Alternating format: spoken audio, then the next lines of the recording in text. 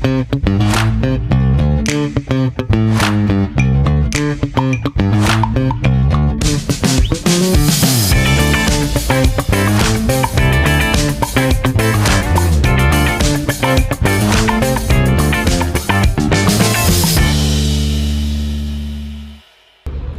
dia, eu me chamo Osana, sou estudante do segundo ano do ensino médio do Instituto de Educação Santa Rosa e estou fazendo entrevista ao lado do defensor público sobre profissões e projetos de vida. O objetivo é conhecer melhor a profissão de um defensor público e entender como ela contribui para a sociedade. Então, Dr. Marcos, a gente agradece sua disponibilidade em responder algumas perguntas para que a gente possa conhecer mais um pouco sobre o seu trabalho. Bom, primeiramente eu agradeço pela oportunidade. É sempre bom contribuir, com esse desenvolvimento da comunidade, no sentido de que estudantes se interessam por carreiras profissionais. Então, eu já passei por essa fase, de querer conhecer, querer saber como seriam as profissões, até como uma forma de direcionamento para a vida futura, Então, muito bom nós termos esses exemplos que a gente pode se espelhar para buscar ter um futuro melhor. Exatamente. E vamos lá para a primeira pergunta. O que faz exatamente um defensor público? Bom, basicamente, um defensor público ele atua em demandas onde pessoas vulneráveis e hipossuficientes precisam ter acesso ao judiciário ou acesso a algum órgão extrajudicial, mas não podem pagar por isso. Então, a Defensoria Pública surge como uma instituição gratuita, que tem profissionais qualificados no sentido de atuar para viabilizar o acesso à justiça. Então, em muitas situações, as pessoas observavam que não tinham acesso ao Poder Judiciário, por exemplo, por não poderem pagar um advogado.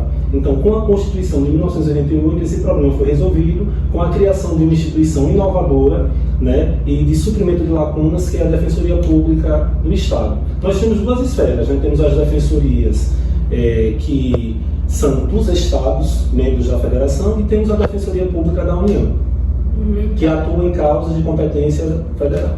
Então é como se fosse um apoio, para as pessoas vulneráveis. Sim, inclusive a nossa atuação ela não se restringe somente para a esfera individual, das demandas individuais, mas também demandas coletivas. Então nós temos essa autonomia e essa possibilidade jurídica de atuar para defender interesses coletivos da população.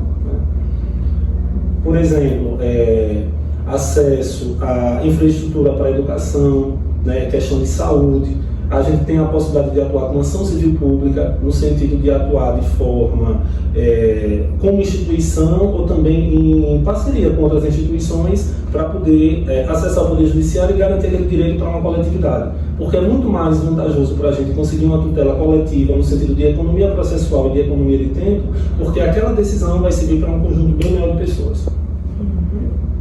E quais são as diferenças entre o defensor público e o advogado? Porque é algo que a gente pensa que é meio que parecido, A formação em si, ela é muito parecida, inclusive todos são formados em direito. E aí o que acontece?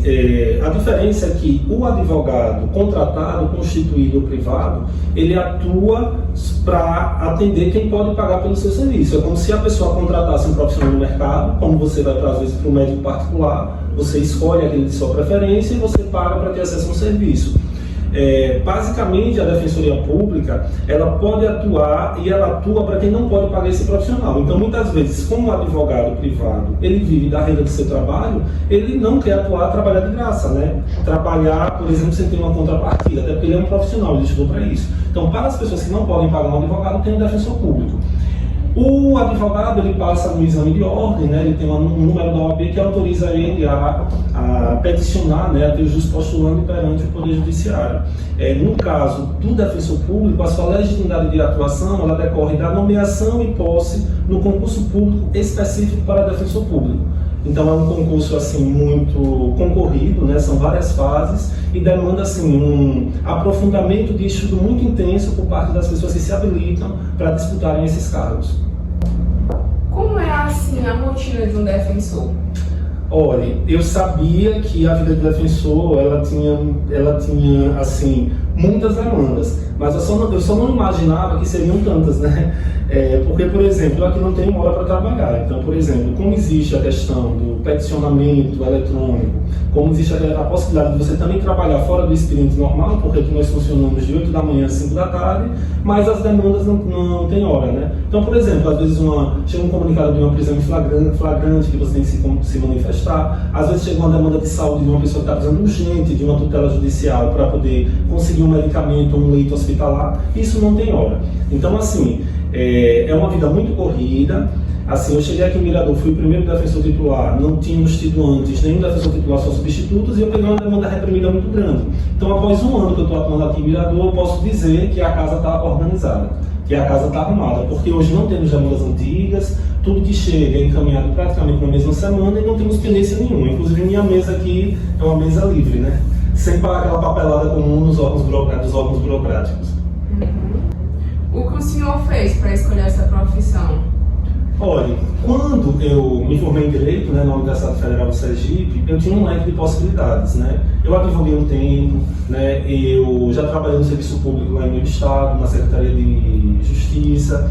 E aí o que acontece? Quando eu estagiei na Defensoria Pública, no meu estágio curricular, tocou meu coração, porque eu observava que a gratidão daquelas pessoas que eram atendidas era imensa. Então, um sorriso no rosto, um olhar de gratidão, um abraço que você recebe no assistido, né, um elogio, tudo aquilo afagava muito. E a gente pensava, como é bom ajudar o próximo, né? Então, ao longo da minha vida de concurseiro, eu passei 5 anos estudando, né, fazendo concursos no Brasil todo. Inicialmente eu fazia para juiz e também para defensor. Só que chegou um momento que o meu coração, ele se definiu, né, para a carreira da Defensoria Pública. Então, assim, foi algo que me tocou bastante e foram concursos que, por exemplo, eu consegui avançar nas fases, porque eu me sentia tão inspirado em me dedicar àquele concurso, àquela prova, que a carreira da Defensoria Pública me marcou bastante. Então, esse papel social de realmente incluir juridicamente os excluídos, né, de você trabalhar socialmente para ajudar o necessitado, é algo que me toca bastante. Até por minha formação humanística e também por minha origem de classe, por minha origem social. Já houve algum caso assim que lhe marcou bastante? Sim. Chegou aqui um caso em nossa comarca de um cidadão de 45 anos, né, que reside aqui no povoado de Sucupira do Norte, que também abarca aqui, porque a comarca de Mirador é o município de Mirador e o termo judiciário de Sucupira do Norte. Então, né, é o mesmo promotor, o mesmo juiz e o mesmo defensor, que atua nesses dois municípios. E aí o que acontece? Chegou um cidadão que tinha 45 anos e ele não tinha uma certidão de nascimento, que é um documento básico. E então ele passou 4 décadas e meia de sua vida privado de uma cidadania básica. Ele não poderia ter uma identidade, não poderia ter um CPF, não podia votar, não podia ter um emprego formal. Enfim, era uma pessoa que estava à margem, que estava excluída. E ao tomarmos conhecimento desse caso, ele já tinha passado por vários órgãos e ninguém tinha conseguido resolver. E quando ele chegou aqui na Defensoria, a gente observou o caminho adequado e conseguimos realizar o registro dele, né, através do cartório extrajudicial de Sucupira, e foi informado para a gente que foi o segundo caso da história do cartório que teve um registro tardio, né? Então temos esse mérito assim, de conseguir trazer essa cidadania para essa pessoa. Inclusive, depois disso, ele tirou todos os documentos, disse que já pretende retornar a estudar e começou a reconstruir a sua vida de uma forma assim fantástica, porque ele se sentiu parte, ele se sentiu alguém, ele se sentiu um cidadão de verdade. Então isso não tem preço. Você tem uma profissão onde você é valorizado, né, pelo seu trabalho e você ajuda as pessoas todos os dias. Então, assim, aqui nós temos um êxito muito grande também dos acordos, né? Então, de todas as demandas que chegam, praticamente 90% a gente consegue resolver colocando as partes para conversar, fazendo uma mediação, fazendo uma conciliação e encontrando uma solução para aquele conflito. Então, assim, é muito bom saber que a gente também trabalha com a desjudicialização, porque a gente só encaminha para o judiciário aquilo que realmente é necessário, o que a gente pode resolver por aqui a gente resolve, sem despesa, de forma gratuita para toda a população.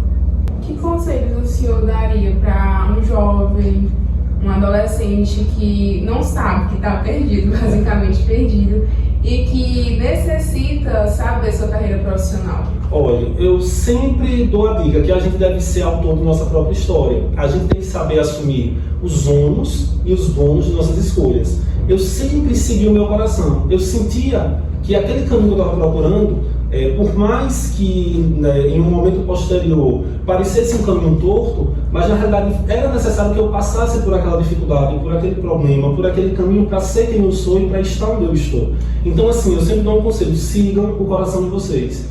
Porque, independentemente de vocês acertarem ou errarem, vocês estarão amadurecendo e construindo pontes e construindo degraus para o futuro que vocês desejam para as suas vidas. E o que o senhor acha? Que a gente deve pensar pelo lado do dinheiro, né? Ou pelo coração? Porque muitas pessoas hoje escolhem curso, né? Às vezes, eu gosto disso, mas isso não é uma coisa que vai me render renda.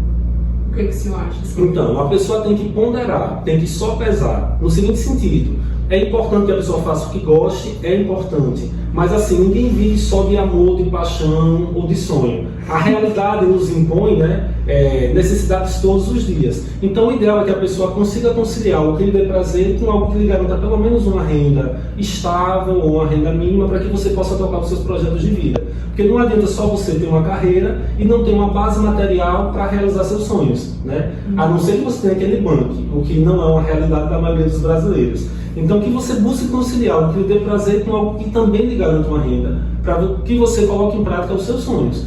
Porque eu digo a você, eu passei 40 anos, né, de minha vida buscando acertar. E quando eu acertei de verdade. Então valeu a pena.